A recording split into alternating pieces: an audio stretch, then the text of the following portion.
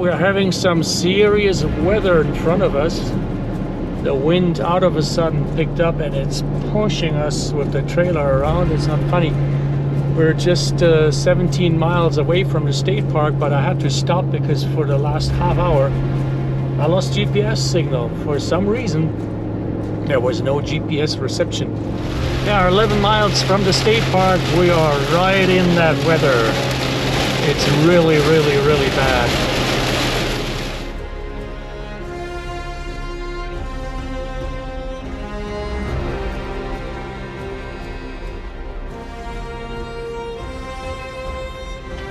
Well, we arrived at the park headquarters, but let me tell you, that was not fun to get here. The rain we just drove through, that was something, and then wind pushing us all over the place. So we hope we can set up before the rain arrives here. There are thunderstorms all around us. You can hear it rumbling. Those are the park headquarters here. Yeah, I'm here at the visitor center now because it's a rainy day and they have a pretty nice museum. And that's why I'm going to take a look at, like, the canyon here in prehistoric times.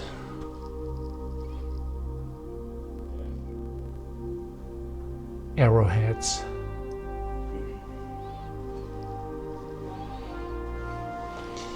Yeah, and I just talked to the ranger. That is the place where I would like to go. That's that guided tour, but that depends on the weather. Well, at least we can see a representation of what it looks like. And here's an example of what you can see. As I have heard, this what you see here is of course much, much better, because the actual thing is starting to fade away, since some of them are over 4,000 years old, and wind and weather, they kind of erase all that. Yeah, and then they differentiate with the Pecos River style of those pictographs. Men-like figures. They don't know if they represented man or God. It's still a mystery. And then here's the red monochrome style, people of the bow. That was used around 600 to 1,000 years AD. And this is a watercolor copy of the actual pictographs that are found in the Seminole Canyon.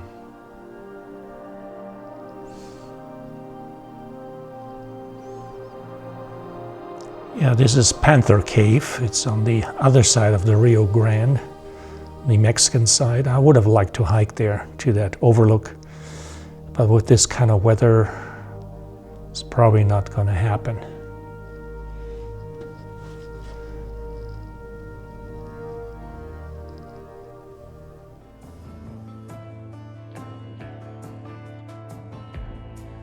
We arrived at Seminole Canyon State Park.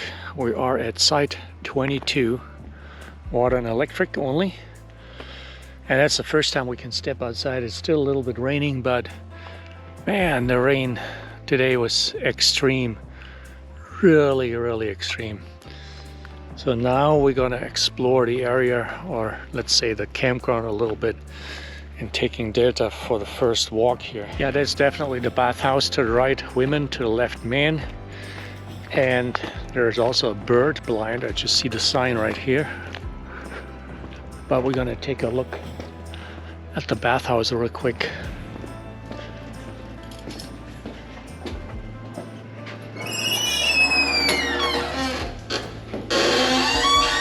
Oh, that's, sorry for the door, that's actually pretty decent.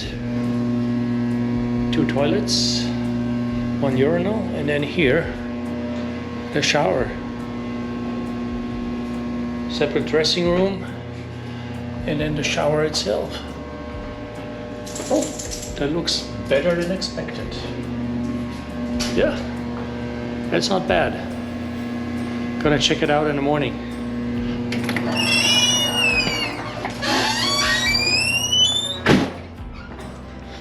So now we're gonna go to the bird blind.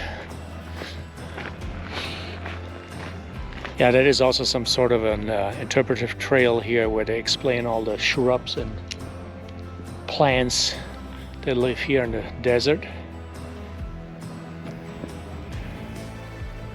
And I believe I can see the bird blind from here. There's a building over there. That's where the trail leads to. It's less than half a mile. Yeah, the ride down here was quite an adventure from Balmorhea State Park. We hit rain quite often, but nothing like 10 miles away from here. That was end of days kind of rain. Couldn't see a thing. Winds were so strong that were pushing us around. We're glad that we made it here safely. And it was extremely windy when we got here, but luckily during our setup time, when we set up camp, there was no rain. As soon as I finished, it started to rain for like 3 hours, and this is now the first time we can go for a walk. And it didn't stop raining yet. It's still a little bit of a drizzle, but Delta really needed to go outside, so we just do it. Hopefully the remainder of our stay here, which is 3 days, we will have some dry spots, some moments where we can actually go on the trails here along the canyon rim and so on. So this is the bird blind.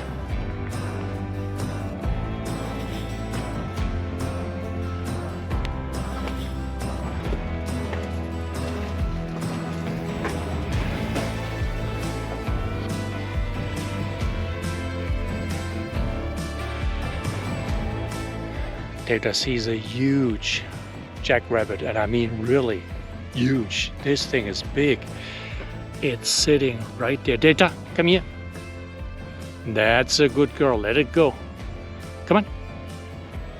Good girl. Good. That was big, like a little dog. My goodness. So we're heading back to the campground. We're not going to go on any other trails today. It's already 6:20 p.m. Still drizzling. Yeah, here, that is the primitive camping loop. Looks like tent camping only. To the right of it, those are RV sections that have electricity and water. Site 1, which is vacant, that is kind of nice because you have some vegetation here, and then a very private table with covered table, I mean, really nice in the back there. And there's even a tent pad behind that. That's a pretty nice site. When you sit here in the evening, it's very private. Got a fireplace with grill there also. So this is when you enter the campground. Straight ahead, that's where I went, and that's where all the electric and water sites are. And here to the right, which we're gonna walk now, those are the primitive sites. The primitive sites, they have a water spigot. I think it's shared. I see one in between those two sites here. But a small trailer would fit here. And you have the nicer views here from those sites. Yeah, here's a map of the Seminole Canyon State Park. That's where we are, right there in front of the bathhouse. So if weather permits, tomorrow we're gonna try this orange trail a little bit, or maybe even the green one and then into the purple one. That is an overlook here where you can have a scenic view of the Presa Canyon, which is right there, Presa Canyon. A very long hike would be all the way down there here. That is where you can see the Rio Grande. That is 4.9 miles one way. If you take the Canyon Rim Trail, which is supposed to be really pretty, If you take the Rio Grande Trail, I think that is shorter. That meets up then there with the Canyon Rim Trail. And you can loop back here. Well, it all depends on the weather. We'll see. Right, Delta? Okay, let's go. Now even the sun is coming out and it's still raining. Can't believe it. So here we enter our loop. I call it the hilltop.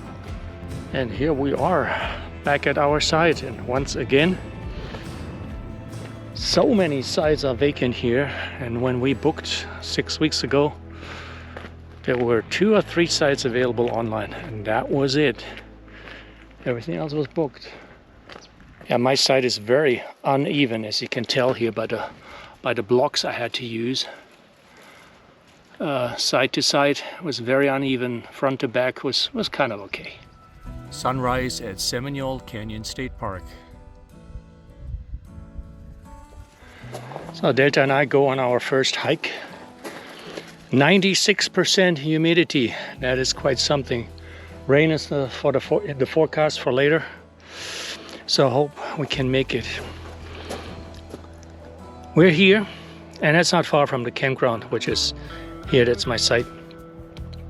So we're gonna go from A to C, and maybe we do this Canyon Rim Trail. There's an overlook there, or here E to G, and then to that overlook. Well, it depends on the terrain. We'll check it out. Dude, I can't wait. Come on, girl. Let's go.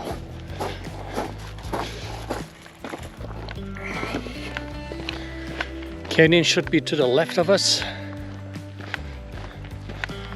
Yeah, watch for snake. We're in the desert. That's typical. So here we're coming to the first intersection. Canyon Rim Trail. This is way longer, and we are today only doing a short portion. And I think we're gonna do this one. This is on the map, that was spot number 3. So yeah,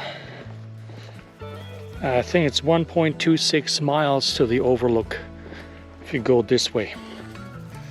Yeah, that trail that we just left was easy. Gravel, very flat. Now here that we are on the Canyon Rim Trail, it gets a little bit more rocky. Oh, there's a bridge straight ahead.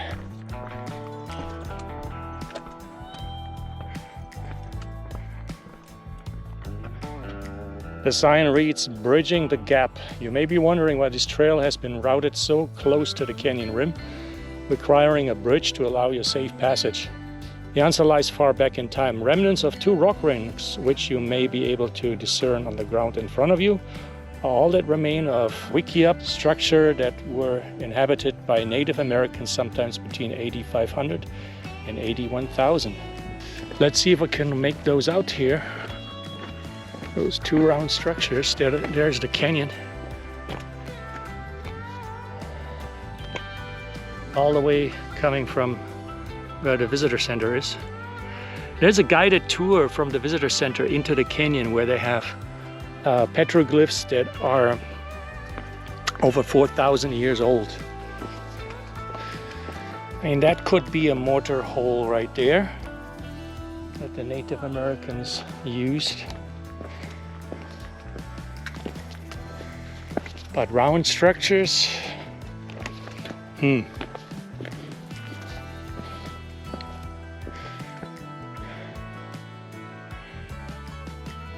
mean, with imagination, where I'm pointing the camera at, that could be 1, but there's supposed to be 2. I don't know. This where I'm standing at is also round. Hard to tell, since this is like 1,000 years old. Yeah, we're now about a mile into this trail. I haven't seen those round structures.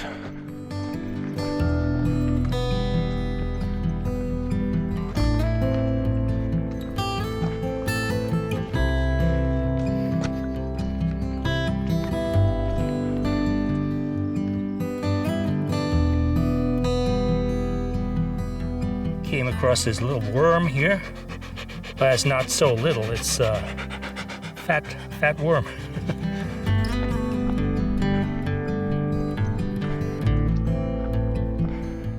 Awesome views here.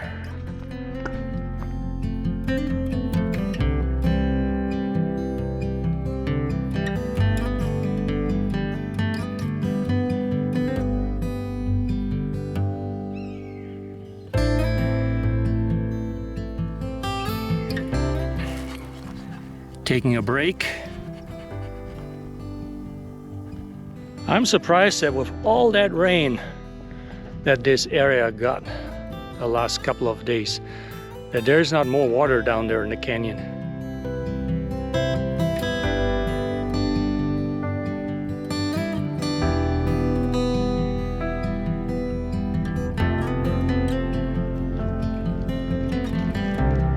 And that's where the rim trail continues.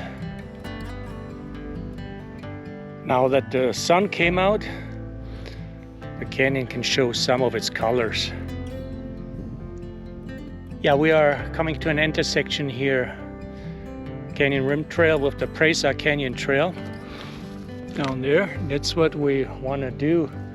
We can see it already. That should be the Presa Canyon over there. Well, isn't it sad that they have to put up a sign like this? Rock throwing into the canyon prohibited? I mean, come on. People, use common sense. So we are here now at the Presa Canyon overlook. That was not half a mile. That was not even a quarter of a mile. But that was what the marker said. So this is the overlook right here. Whoa, Data, no. Because you don't want to fall in there. Neither do I, by the way.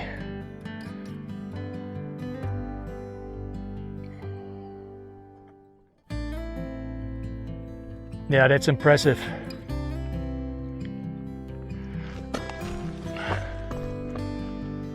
Oh, straight ahead, that's the Presa Canyon. And then it meets here with the Seminole Canyon. And then that goes all the way down to the Rio Grande River and actually to the border of Mexico, which is, I would say, 2.5 miles to hike down there. Not gonna do that today.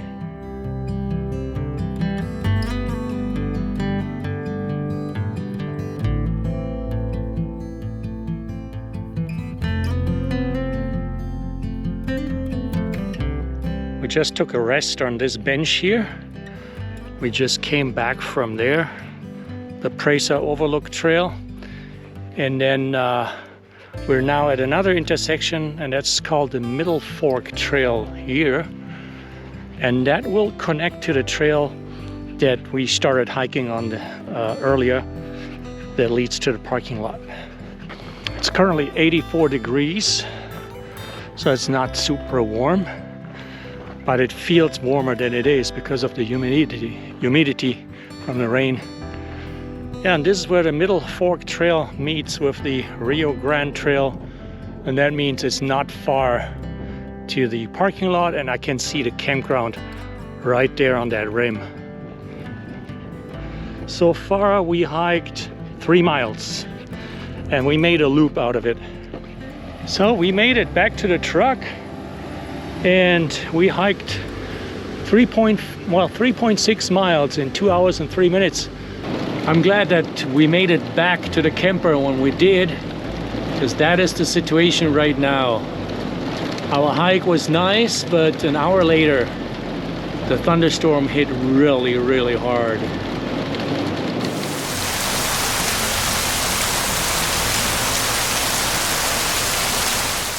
Yeah, the rain still hasn't stopped. It's like yesterday evening, it's sprinkling. So we decided to go to the visitor center. There's supposed to be a really short trail here, the Windmill Trail. We're gonna do that. Delta rather would like to go inside. Oh, there are restrooms here also. This is like a balcony kind of thing here. They have a monocular here. And then there you have the views into the canyon. And from here, Data wants to see that also. Nice view, Data, huh? And from here, they offer the guided tours into the canyon. Question is if they do that when it's wet, and the brochure says no. This is the view of the canyon from the visitor center. Yeah, of course, that's impressive. It's overlooking the canyon.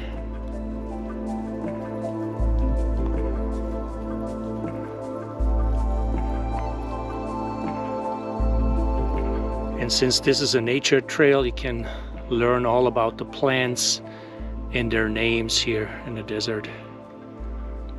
Ocotillo. No, Data, that's not what the trail. Data, come here. There. There's the trail. Come on. Good.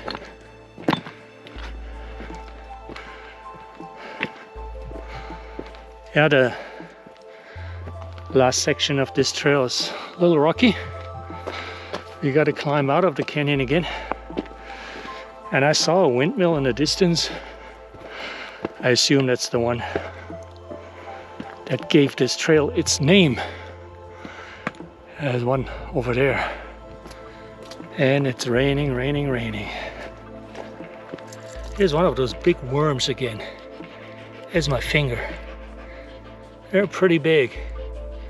Looks like a centipede actually, because now I can see all the legs. The one earlier today, I couldn't see the legs. I think that's a centipede. Yep. All right, let's go. Well, turns out the windmill is next to the park road. So we could have actually driven there. Oh well. Yeah, and then here it says to the parking lot. So that's the windmill right there that probably gave that trail its name. And that's it. So, but we're not gonna go on the street back to the parking lot. We go back into the canyon. There was a shelter further down. I want to check that out. We're wet already, so whatever. Doesn't matter. Yeah, okay, that's the spot from where the guided tours go into the canyon. We just go to the shelter and sit down there for a moment. There's a bench and we get out of the rain. But yeah, on the guided tour you go actually all the way down into the canyon. It's not really a cave, it's like an overhang where they have all those pictographs that are supposed to be 4,000 years old. Data knows already the spot. Yeah, here that's where it would go down into the canyon. Right there. So yeah, here we're gonna take a rest. And I believe that is the spot where you go. Yeah, definitely. I can see signs from here. Down there. That's where the pictographs are. Straight ahead, that's the area where they take you. That overlapping overhang there. I'm gonna zoom in more. That is where all those paintings are. To give a perspective where everything is located, right there is that Indian sculpture that I filmed earlier. Next to it is the visitor center. And then down there, that's the canyon area with all those ancient Indian paintings. So we're already out of the canyon and back at that sculpture. I wonder if it has a name. There's nothing on it or near it. I figured it out. This area has been designated a National Historic Landmark. And we're back at the parking lot, and of course we're the only one here. Nobody's as crazy as we are and hikes in the rain. Back in the days, the Southern Pacific Railroad was built in the area, and that was left of one of their camp ovens. It's an original Southern Pacific Railroad camp oven. Quite big actually. It's right next to the road.